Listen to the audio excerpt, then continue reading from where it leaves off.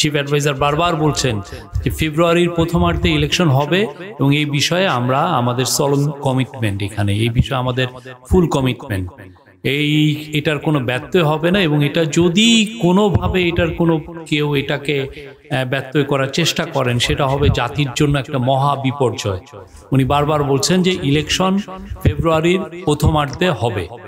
ইলেকশনের একটা বড় টেস্ট আমি বলবো যে আপনারা যদিও অনেকে এটাকে ডিসকাউন্ট করছেন, আমরা বলবো যে ডাকসু ইলেকশনটা একটা বড় টেস্ট ছিল এবং এই টেস্টে আমাদের পার্টিগুলো, আমাদের সুধী সমাজ, আমাদের স্টুডেন্ট শিক্ষার্থীরা সবাই আমরা বলবো যে একটা খুব ফ্লাইং কালার্সে আমরা উত্তরণ করেছি।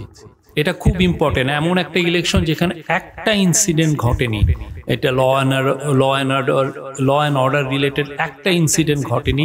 40,000 ছেলে মেয়ের মধ্যে 80% একটা টার্ন আউট হয়েছে। এটা একটা অ্যামেজিং একটা টার্ন আউট। এটা বোঝা যাচ্ছে যে এই যে আমাদের যে যারা ইয়াং ছেলে মেয়ে তারা কতটা আসলে কিনলি ছিলেন এই ডেমোক্রেটিক এই প্র্যাকটিস, ডেমোক্রেটিক অ্যাক্টিভিটিসে তারা পার্টিসিপেট করার জন্য। এবং এটা আমি বলবো যে আরো 2-3টে ইলেকশন সামনে আছে, প্রত্যেকটা ইলেকশনই আরো সুন্দরভাবে হবে এবং যে আমাদের পার্টিগুলো যা দেখিয়েছেন সোফার তাদের আরো সামনে আরো মানুষের কাছে আরো সুন্দরভাবে তাদেরকে প্রেজেন্ট করবেন।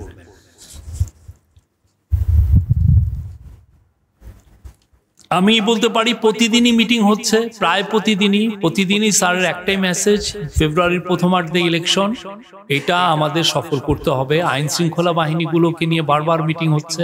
আমাদের ইনিশিয়াল এস্টিমেট ছিল যে 60,000 মিলিটারি ট্রুপস এটা ইলেকশনের ডিউটিতে থাকবে। এখন ওনারা বলছেন যে আরো বেশি 80,000 বা তারও ঊর্ধ্বে এটা করা সম্ভব হবে।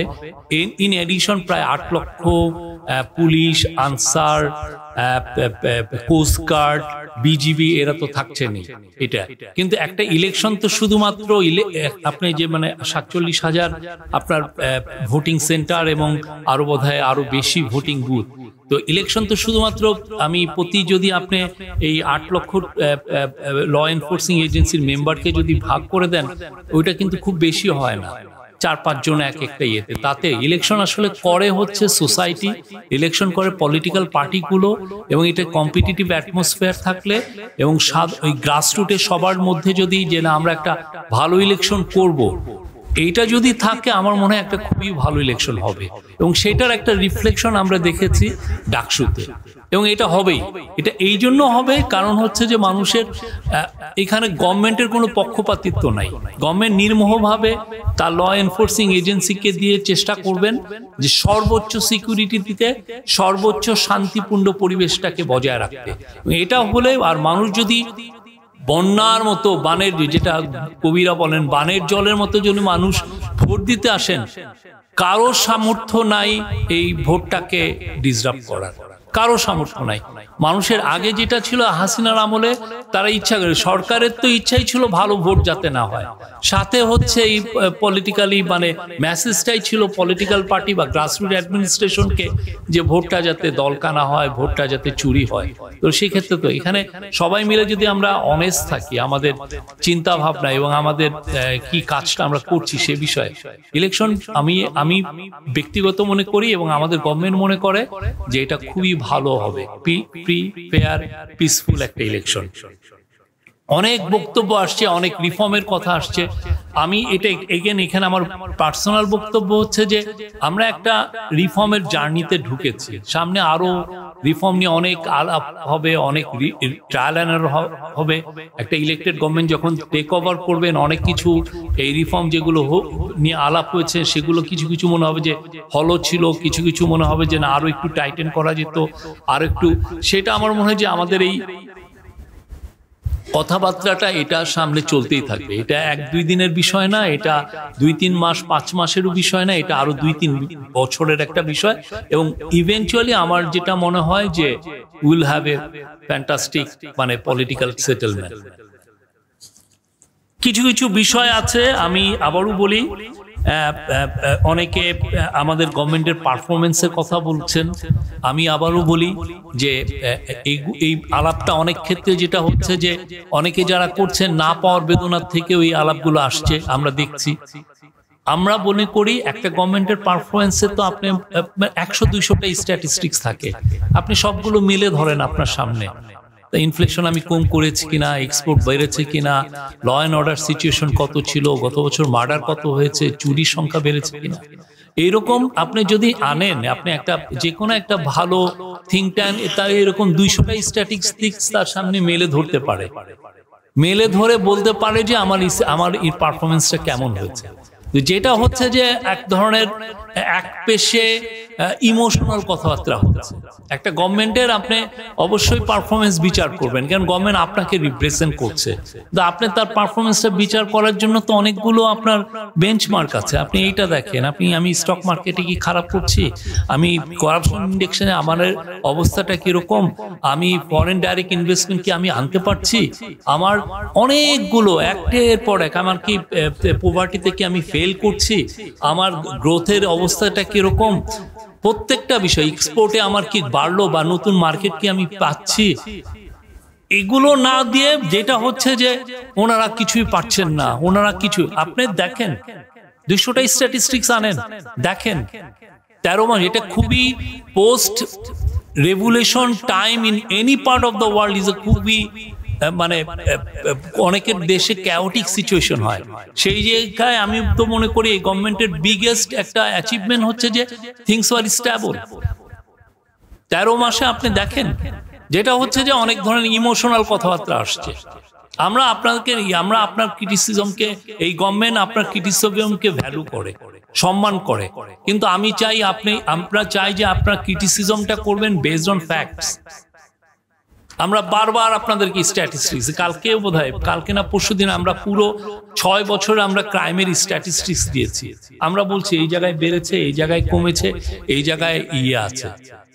কিন্তু তা না করে যেটা হচ্ছে যে অনেক ধরনের, বিশেষ করে ইউটিউবে আমরা যেটা দেখছি, এটা তো ভয়ানক। সারাদিন এসে আপনি একটা একের পর এক মিথ্যা কথা বলছেন। ফ্রিডম অফ প্রেস, তো আমরা চাই যে সবাই ফ্রিডম অফ প্রেসকে আপনি আপহোল্ড করেন।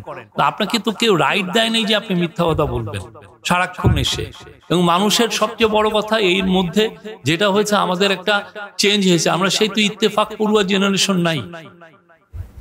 ইত্তেফাক, ডেইলি স্টার, প্রথম আলোর থেকে আমি আমার প্রাইমারি ইনফরমেশনটা আমি নিচ্ছি না, আমি ইনফরমেশন নিচ্ছি ইউটিউব থেকে, ইউটিউব কমেন্টেটরের থেকে।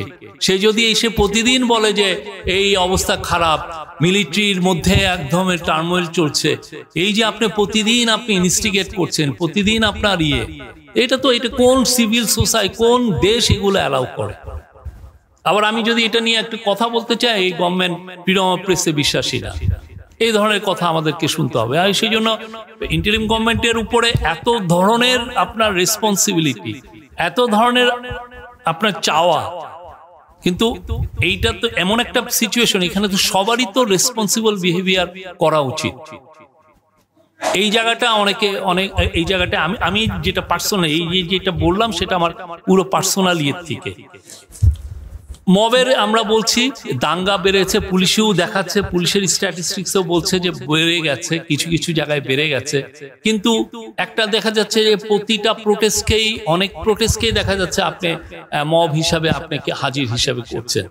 এটা কি মব ছিল নাকি যারা এই প্রোটেস্টটা করছে তাদেরকে আমি চিনি, তার প্রোটেস্টার মধ্যে কি কোনো মিনিমাম লেজিটিমেসি আছে কিনা সেটা না, কিন্তু এই প্রোটেস্ট হচ্ছে, ওকে আপনি বলছেন যে এই মব হচ্ছে। তাহলে আপনি প্রোটেস্টটা কি, এই প্রোটেস্টটা কোনটা, মব কোনটা, সেটাও অনেক জায়গায় গুলিয়ে ফেলছেন অনেকে। আর একটা হচ্ছে যে আমরা গোয়ালন্দের জায়গায়, বা আমি নিজে পার্সোনালি একটা যে জিনিস মনিটর করি, আমাকে বলাও হয়েছে, সেটা হচ্ছে যে মাজারগুলোর অ্যাটাকের ক্ষেত্রে আমরা যেটা দেখছি সেটা হচ্ছে যে এই গভর্নমেন্টের তো গ্রাসরুটে পলিটিক্যাল অ্যাক্টিভিস্ট নাই। যে মাজার অ্যাটাক বলেন বা বলেন, সেগুলো আগে পলিটিক্যাল গভর্নমেন্ট গুলো 54 বছর ধরে এগুলো ট্যাকেল করেছে। স্থানীয় এমপি, উপজেলা চেয়ারম্যান, ইউপি চেয়ারম্যান, স্থানীয় বড় পলিটিক্যাল পার্টির লিডাররা, এটাকে আপনি যদি লয়েন, আপনি 5,000 লোক প্রোটেস্টার, সেখানে পুলিশ আছে 50 জন, আপনি কিভাবে এটাকে ইয়ে করবেন? আমার তো পলিটিক্যাল, এটা যদি বিএনপির সময় হতো, আওয়ামী লীগের সময় হতো, বা অন্য কোনো ইয়ে হতো, তারা কি করতেন? তাদের গ্রাসরুটকে অ্যাক্টিভেট করতেন, এমপি ফোন দিতেন তার এলাকার, এগুলো কি হচ্ছে? এখন আপনি যদি বলেন যে 5,000-এর এগেইনস্টে 500 জন, ডিসপ্রপোর্শন 50 জন, পুলিশ কখনো এটা করতে পারবে না। এখানে প্রত্যেকটা পার্টির রেসপন্সিবল বিহেভিয়ার হওয়া উচিত। এই জায়গাটায় ইন্টারিম গভর্নমেন্ট শুধুমাত্র আপনি এটাকে ল অ্যান্ড অর্ডার সিচুয়েশন হিসাবে যদি এটা নেন, এটার পক্ষে সত্যিকার অর্থে, এটা আমি পার্সোনালি মনে করি, আমি এই থানার পুলিশদের সাথে কথা বলছি, তারা সবাই কিন্তু এই কথাটা বলছেন যে এখানে পলিটিক্যাল পার্টি লিডাররা যদি সবাই তাদের ইয়েকে না নিবৃত করেন, তাহলে তো এটা হয় না। কেননা কোনো না কোনো ভাবে এইটার সাথে গ্রাসরুট পলিটিক্যাল পার্টিগুলোর লিডাররাও সম্পৃক্ত হয়ে যান কিছু কিছু ক্ষেত্রে। এই জায়গাগুলো সত্যিকার অর্থে সবাই মিলে, আমরা একটা ভালো ইলেকশনের আগে সবাই মিলে এই জায়গাগুলো আমার মনে হয় অ্যাড্রেস করা উচিত। এটা again, this is my very much personal opinion, এটা আমার গভর্নমেন্টের ইয়ে না, আমি যেটা দেখছি সেটা আমি বলছি। এই জায়গাগুলো আগে 55 বছর ধরে আপনি দেখেন, এটা কি, আমার তো ইন্টারিম গভর্নমেন্টের তো পলিটিক্যাল উইং নাই, যে Goalanda unit of interim government political, সে এটা সবার সাথে। এখানে বড় বড় পার্টিগুলো সত্যিকার অর্থে এই জায়গাগুলো আমাদের ইয়ে করে, না হলে বাইরে যে মেসেজ দেয় যে এটা বাজে মেসেজ, যে আমাদের মধ্যে অসহিষ্ণুতাটা বাড়ছে, এটা তো বাজে কথা। এবং আমাদের অবশ্যই আমাদেরকে আমাদের ডাইভার্সিটিকে আপহোল্ড করতে হবে। আমরা আবারও বলছি, আগামী ফেব্রুয়ারি ইলেকশন খুবই সুন্দর, সফল, পিসফুল ইলেকশন হবে এবং আমরা সবাই একসাথে আনন্দমুখর পরিবেশে ভোট দিব।